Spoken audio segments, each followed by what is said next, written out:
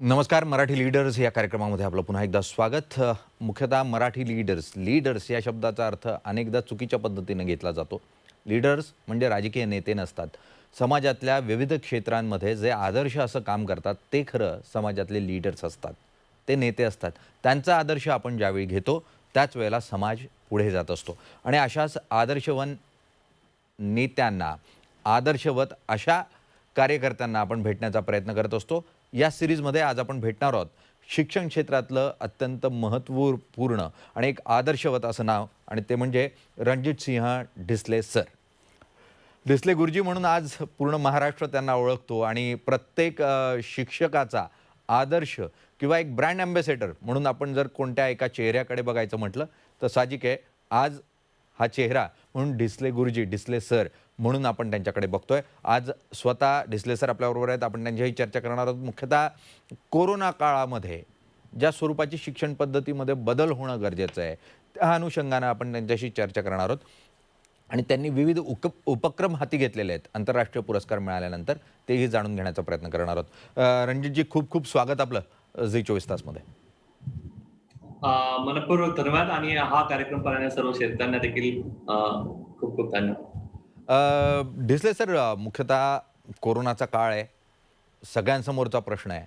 बालकांसमोरचाही आणि पालकांसमोरचाही, की मुळात हे जे आपण शिक्षण ज्या स्वरूपात होत आहे ते कितपत योग्य असेल आणि ते खरोखर दूरगामी अशा विकासाला कारणीभूत ठरेल का?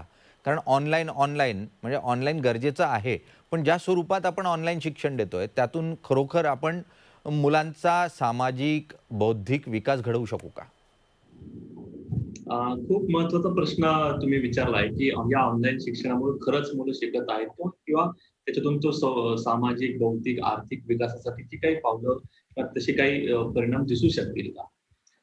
कोरोनाच्या या काळामध्ये ऑनलाईन शिक्षणाशिवाय दुसरा जो काही पर्याय ऑफलाईन एज्युकेशन हा काही आता सध्या तरी सुरक्षित आता स्रोत दिसत नाही. अगदी. त्याच्यामुळे ऑनलाईन शिक्षण हे कसं अधिक सक्षम, अधिक चांगलं आणि अधिक दर्जेदार करता येईल हां. याच्याकडे आपल्याला याच्यासाठी आपल्याला पावलं उचलणं फार गरजेचं आहे. हं.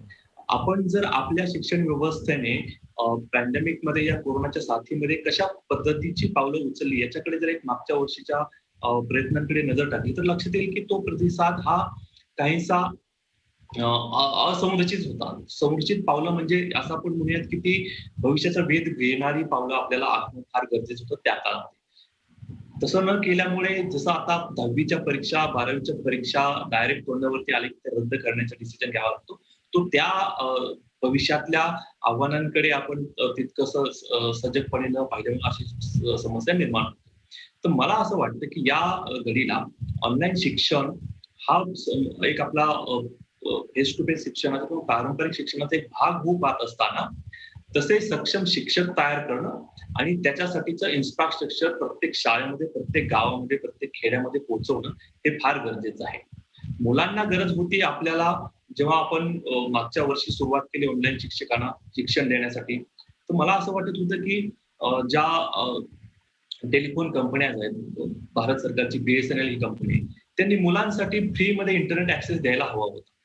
ऑनलाईन शिक्षणातून मुलांच्या क्रिएटिव्हिटीला वाव मिळू शकतो, कोलॅबोरेशन एकमेकांच्या मदतीने पुढे जाण्याची संधी मुलांना मिळू शकते. पण ज्या पद्धतीने आपण पारंपरिक शिक्षण पद्धतीतून त्यांचा सामाजिक विकास जो असतो त्याला ऑनलाईन शिक्षणाच्या माध्यमातून काही मर्यादा पडतात. कारण इथं प्रत्येक जण प्रत्येकाशी काही फेस टू फेस इंटरॅक्शन करत नाही. जे आपलं जिव्हाळ्याचे संबंध, मैत्रीतेवाची भावना किंवा शाळेतले जे काही गप्पा गोष्टी त्यातून एक मुलाचं सामाजिक आयुष्य तयार जडणघडण होत असते.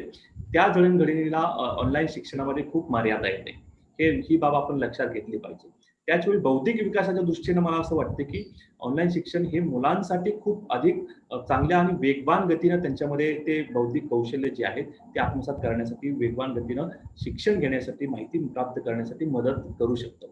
त्याचवेळी अशा बौद्धिक जे काही विकास घडवायचा आहे त्याच्याकरिता देखील अशा काही ऑनलाईन ऍक्टिव्हिटीजची रचना करावी लागत असते. हे आणि त्याच्यासाठी आपल्याकडे ट्रेंड शिक्षक असणं फार गरजेचं आहे. त्याच्यामुळे असे शिक्षक असतील दोज हू नो की कसं तंत्रज्ञान वापरलं जावं ऑनलाईन माध्यमातून आणि त्यातून मुलांचा काही विकास करता येऊ शकतो. एक छोटंसं उदाहरण मी तुम्हाला या निमित्तानं देऊ इच्छितो. मागच्या वर्षी जेव्हा लॉकडाऊन सुरू झालं तेव्हा आमच्या शाळेत आम्ही काय केलं?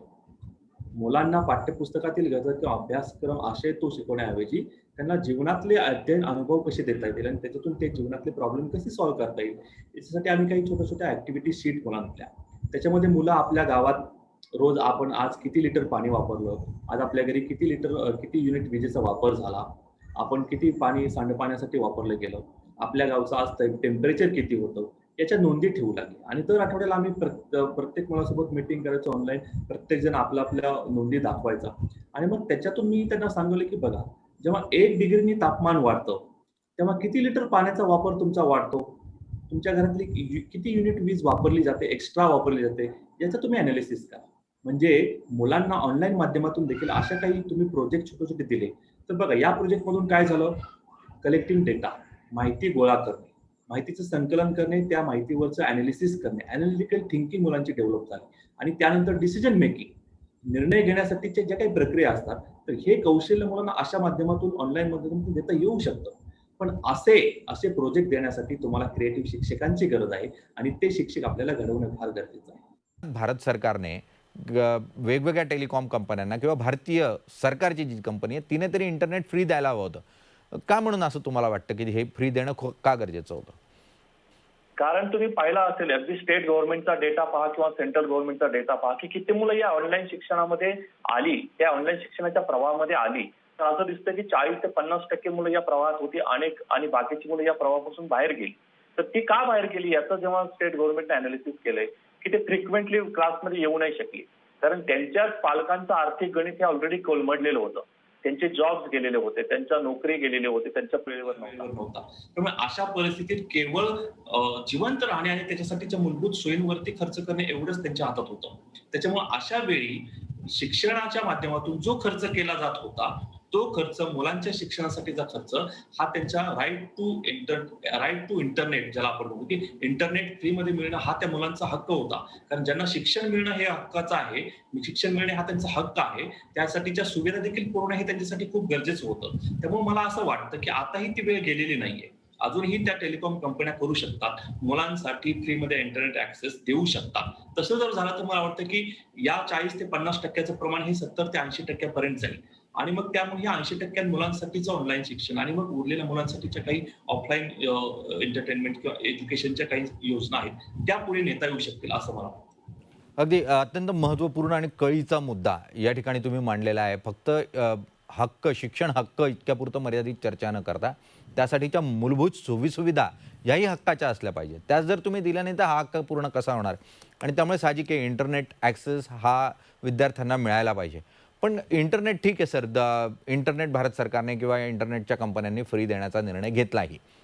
तर इंटरनेट वापरण्यासाठी जे स्मार्टफोनची गरज आहे, ज्या लॅपटॉप्सची गरज आहे, ज्या आयपॅडची गरज आहे, ते कुठून येणार?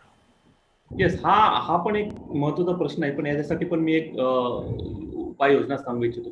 ज्या धर्तीवरती आपण शेतकरी सन्मान योजना सुरू केलेली आहे आणि प्रत्येक शेतकऱ्याच्या खात्यावरती आपण 2,000 रुपये ट्रान्सफर केले जातात, त्याच धर्तीवर विद्यार्थी सन्मान योजना सुरू करायला हवी आणि प्रत्येक विद्यार्थी, जे 6 ते 14 वयोगटातले विद्यार्थी आहेत, ज्यांना शिक्षण घेणं हा त्यांचा मूलभूत हक्क आहे, अशा विद्यार्थ्यांकरिता ही विद्यार्थी सन्मान योजना सुरू केली आणि त्याच्या आधारे प्रत्येक पालकाकडे किंवा प्रत्येक कुटुंबाकरिता एक मोबाईल डिव्हाइस घेण्यासाठी सबसिडाईज म्हणू शकतो किंवा ही सबसिडीचा वापर करून ते पालक त्याच्या मुलासाठीचा मोबाईल घेऊ शकतात.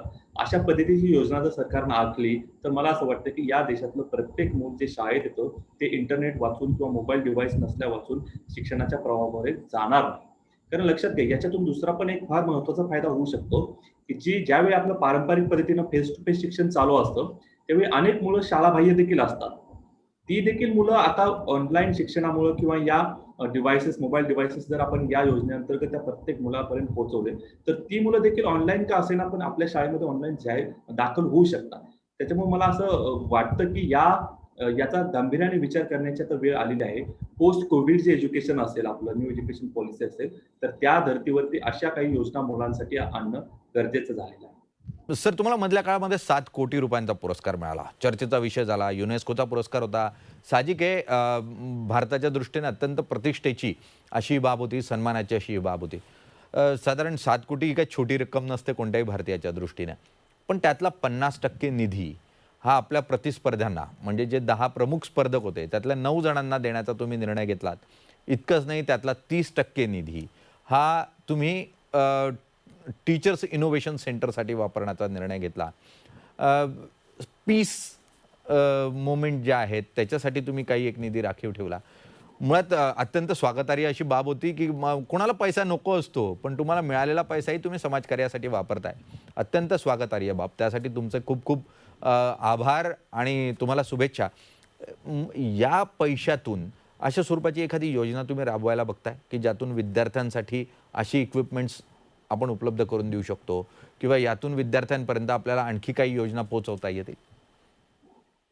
हो, निश्चितपणे माझ्याकडे जो अवेलेबल असलेला फंड आहे, उपलब्ध असलेला जो फंड आहे, हा मला 10 इन्स्टॉलमेंटमध्ये मिळतो. म्हणजे 10% दरवर्षी या प्रमाणामध्ये मिळतो. त्यामुळे जेव्हा तुम्ही 7 कोटी रक्कमेचा उल्लेख करता, त्यावेळी ती 3.5 कोटी रक्कम माझ्या वाट्याला येते. ते काही 3.5 कोटी रक्कम आहे, ती मला पुढचे 10 वर्ष मिळत जाणार आहे. म्हणजे मला दरवर्षी 35 लाख रुपये मिळतात. तर त्यामुळे त्या योजनेतून मी आता मुलांसाठी किंवा शिक्षकांसाठी जो टीचर इनोव्हेशन फंड आहे ते ठेवलेलंच आहे. पण आता मी प्रयत्न करतोय की कॉर्पोरेट सोशल रिस्पॉन्सिबिलिटीच्या माध्यमातून, सीएसआरच्या माध्यमातून जो अनेक कंपन्यांकडे निधी उपलब्ध आहे, त्या निधीचा उपयोग करून कसं ग्रामीण भागातल्या मुलींच्या शिक्षणासाठी प्रयत्न करता येईल किंवा ते डिव्हायसेस जे मी आता उल्लेख केला तसे डिव्हायसेस मुलींना कसे देता येतील. आम्ही अनेक कंपन्यांशी मी स्वतः अप्रोच झालेलो आहे. एक्झिम बँकेसारख्यांनी खूप चांगला प्रतिसाद दिलेला आहे की अशा डिव्हायसेस ते मुलांसाठी उपलब्ध करून देत आहेत. तर आपल्या माध्यमातून मी देखील अनेक कंपन्यांना या निमित्तानं आव्हान करू इच्छितो की तुम्ही पुढे या तुमच्या कॉर्पोरेट सोशल रिस्पॉन्सिबिलिटीचा निधीचा वापर हा मुलांच्या शिक्षणासाठी करता येऊ शकत असेल तर मला वाटतं याच्यापेक्षा चांगली गोष्ट असू शकत नाही. अगदी. या निमित्ताने ढिसले सरांनी तर तुम्हाला निवेदन केलेलंच आहे की मदतीचा हात पुढे करा.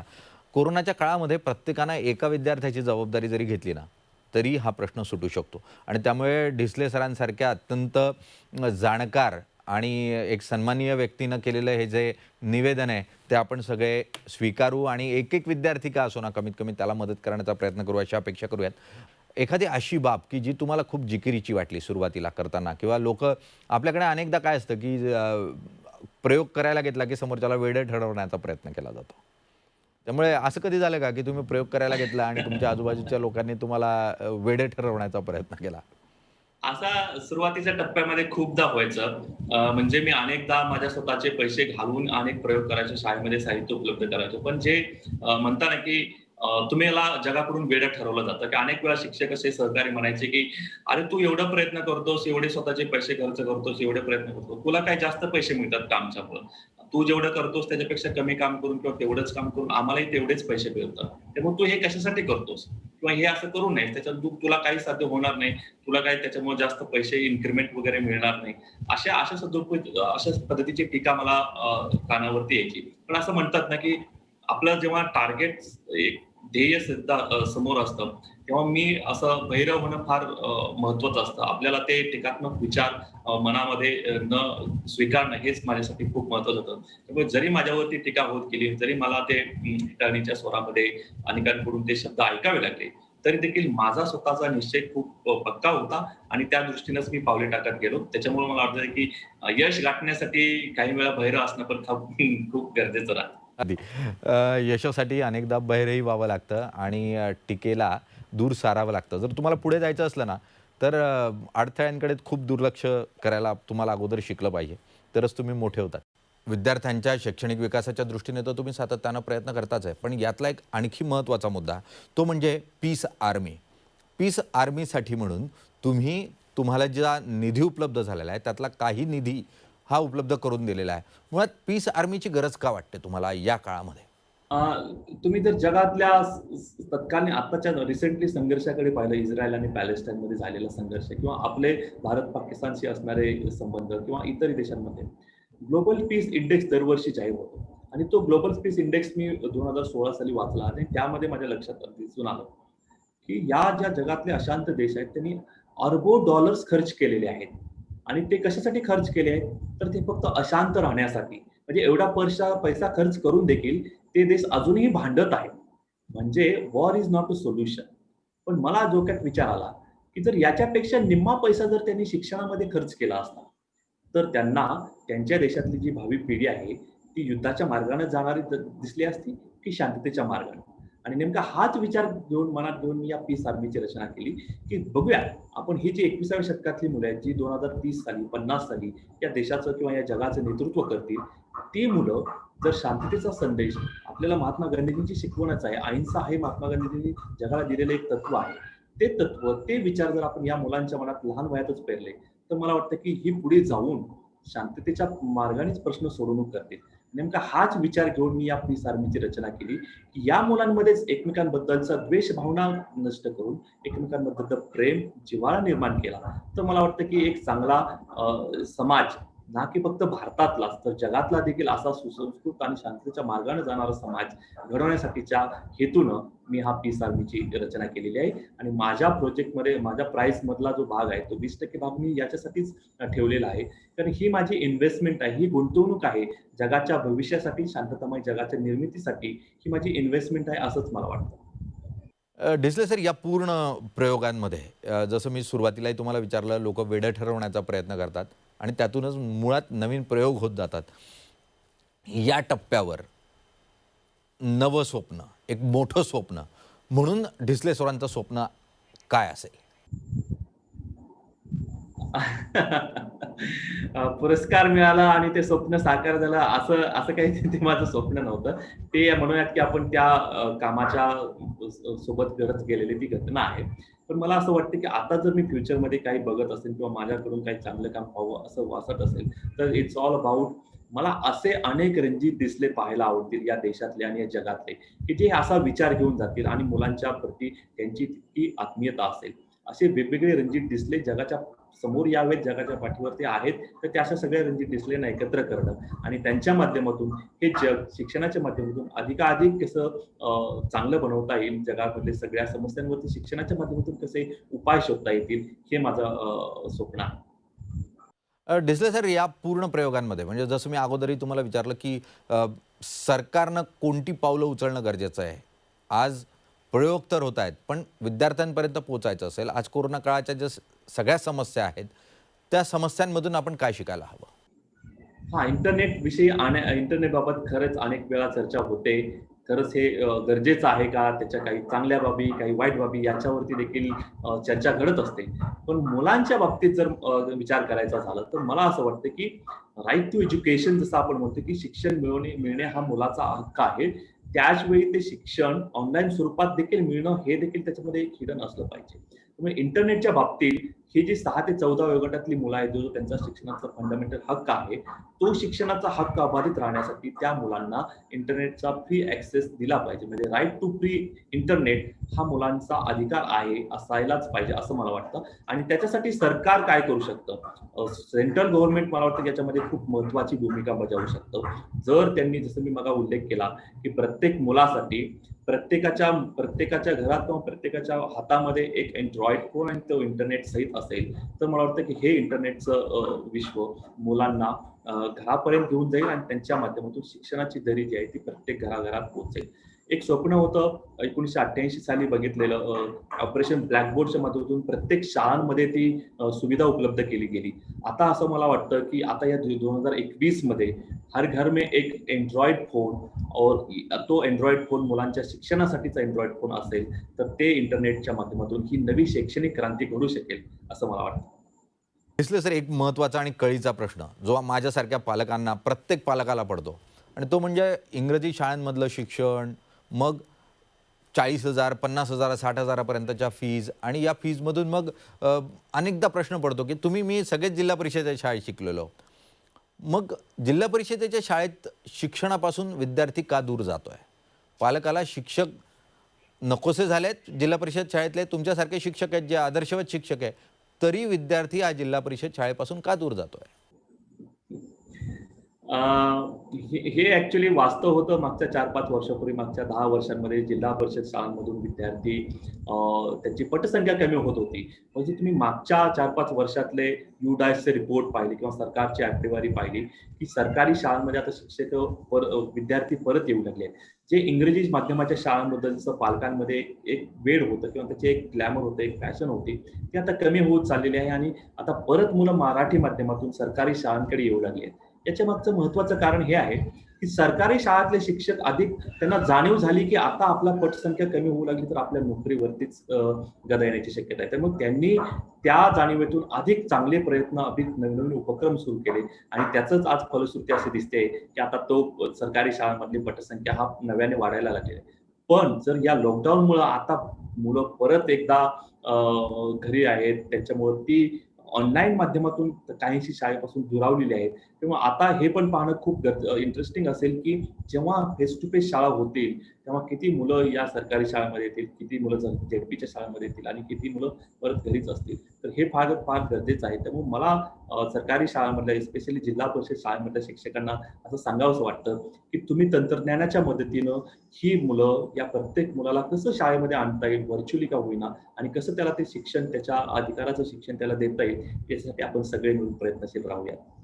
डिसले सर, खूप खूप धन्यवाद. तुम्ही या चर्चेमध्ये सहभागी झालात आणि या निमित्तानं तुमचे विचार आमच्या प्रेक्षकांपर्यंत पोहोचवले, त्यासाठी म्हणून खूप खूप धन्यवाद. मनपूर्वक धन्यवाद आपले.